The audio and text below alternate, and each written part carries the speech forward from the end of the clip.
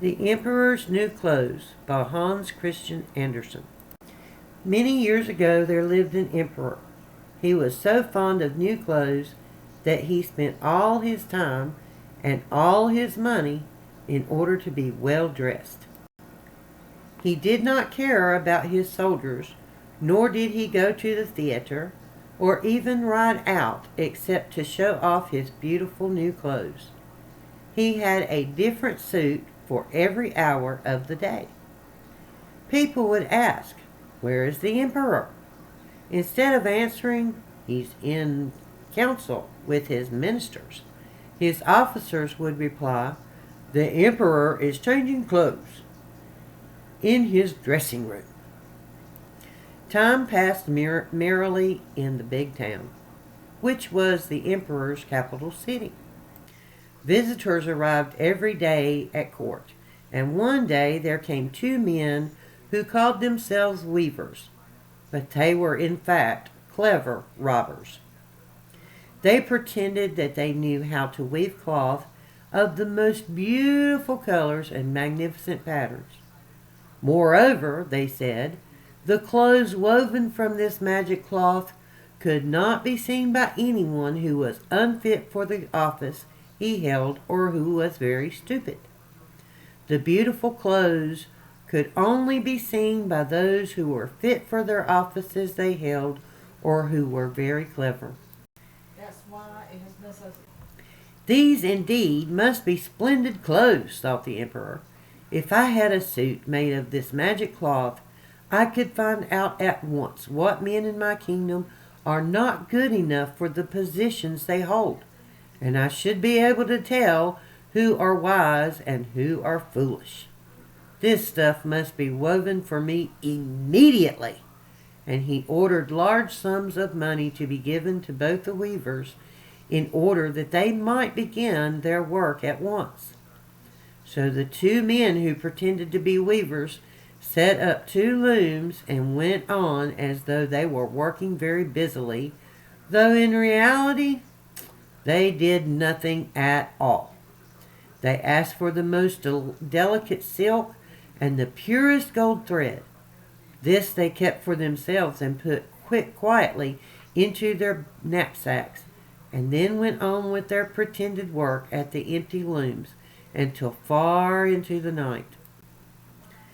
After some little time had passed, the emperor said to himself, "I should like to know how the weavers are getting along with my cloth.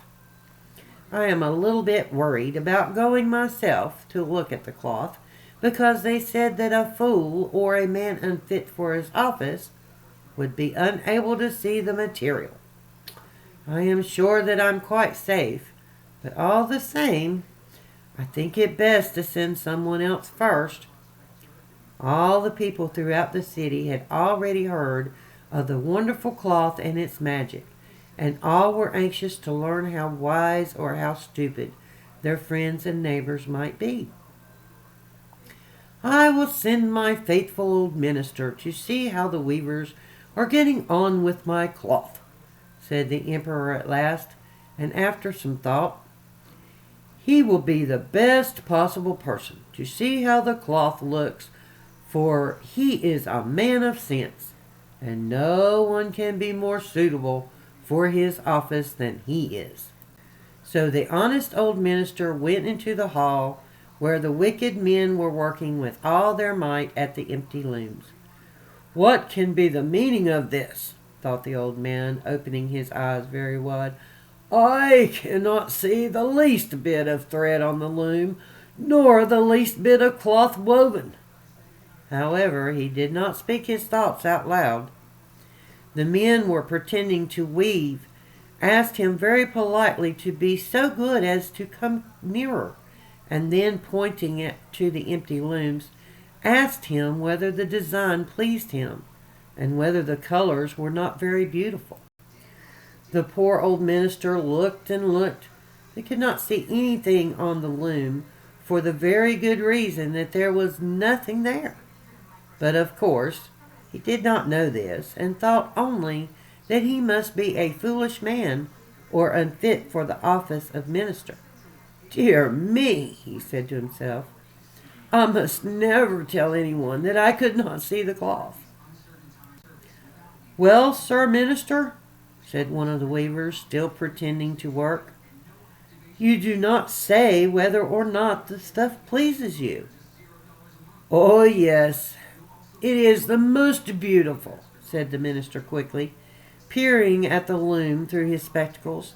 This pattern and the colors. Yes, I will tell the emperor without delay how very wonderful I think them. We shall be most grateful to you, said the pretended weavers, and they named the different colors. The old minister listened closely to their fine words so that he could repeat them to the emperor, and then the wicked men asked for more silk and gold, saying they needed it to finish what they had begun. Again they were given costly thread and silk, and again they put it all into their knapsacks and went on pretending to work as busily as before. The emperor was pleased with the report brought by the minister, and soon after sent another officer of his court to see how the men were getting on and to find out how soon the cloth would be ready. It was, of course, just the same with the officer as it had been with the minister. He looked at the looms on all sides, but could see nothing at all but the empty frames. Does not the stuff appear as beautiful to you as it did to my lord the minister? Asked the men, at the same time pointing to the empty looms and talking of the design and colors that were not there. Well, I say, I certainly am not stupid, thought the officer. It must be that I am not fit for the very good comfortable office that I have. That is very odd indeed. However, no one shall ever know anything about it. And at once he turned to the knaves and praised the material he could not see, saying he was delighted with both colors and patterns. He then returned to the emperor and said, Indeed, please, your emperor majesty, the cloth which the weavers are making is extraordinarily magnificent. The whole city was talking about the splendid cloth which the emperor had ordered to be woven at such great cost. And now at last the emperor wished to go himself and see the marvelous cloth while it was still on the loom. He took with him a few of the officers of the court, among whom were the officer and the minister who had already seen the cloth, and come back with tales of its beauty. As soon as the pretended weavers heard the emperor coming, they worked away harder than ever, though they still did not weave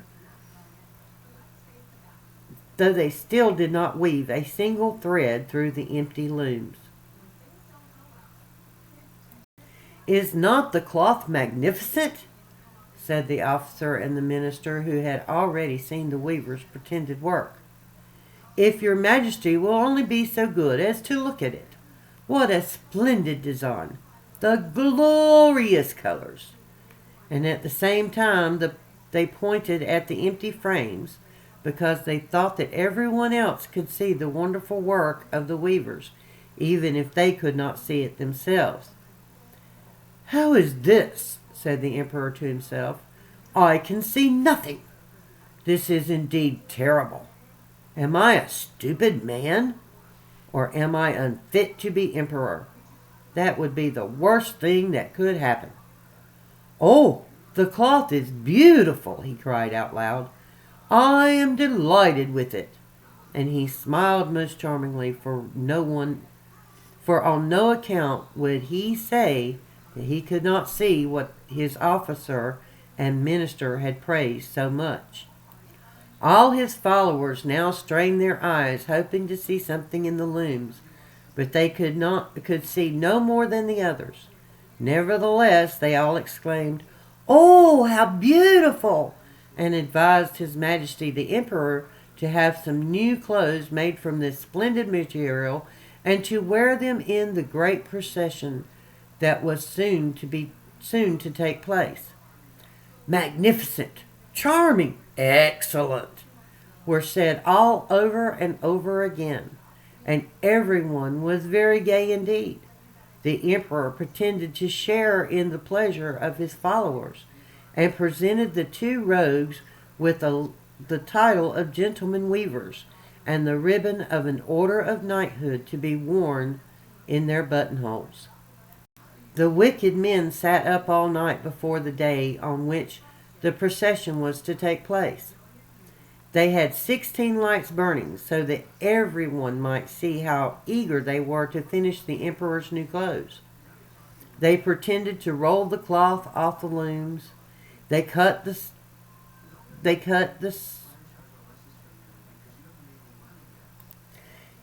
the air with their scissors and sewed with needles without any thread in them. "See," they cried at last, "the emperor's new suit is ready." And now the emperor and all his court came to see the weavers' work, and the rogues raised their arms as though they were holding up something to be seen, and said, "Here are your majesty's trousers. Here is the scarf. Here is the coat. The whole suit is as light as a cobweb. When dressed in it, one might fancy that one has on nothing at all. That, however, is the wonderful thing about this delicate, magical cloth." "Yes, indeed," said all the court, although not one of them could see anything at all. "If your imperial majesty would be graciously pleased to take off your clothes, we will fit on the new suit and the undergarment in front of the mirror." The emperor was then undressed, and the rogues pretended to dress him in his new clothes. The emperor turning around from side to side in front of the mirror. "How splendid his majesty looks in his new clothes, and how well they fit!" everyone cried out. "What a design! What colors! They are royal indeed."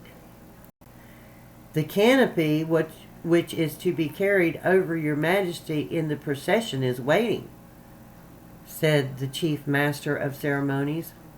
"I'm quite ready," said the emperor. "Do my clothes fit well?" asked he, turning himself around again in front of the mirror in order that he might look as though he were admiring his handsome suit. The lords of the bedchamber who were to carry his majesty's train felt about on the ground as if they were lifting up the ends, and then pretended to be carrying something. They could never for a moment let anyone think that they were stupid or unfit for their office. So now the emperor walked under his high canopy in the middle of the procession, right through the streets of his capital city, and all the people standing by and those at the windows cried out, "Oh, how beautiful are our emperor's new clothes! What magnificent train, and how gracefully the scarf hangs!" In fact, no one would admit that he could not see these clothes, which everyone seemed to think so beautiful, for fear he would be called a simpleton or unfit for his office. Never before had any of the emperor's clothes caused so much excitement as these. "But the emperor has nothing on at all," said a little child. "The child tells the truth," said the father. And so it was that when the child said what the child said was whispered from one to another, until all knew, and they cried out together, "But he has nothing on at all!" The emperor felt very silly, for he knew that the people were right. But he thought, "The procession has started, and it must go on now." So the lords of the bedchamber held their heads higher than ever, and took greater trouble to pretend to hold up the train, which wasn't there at all. The end.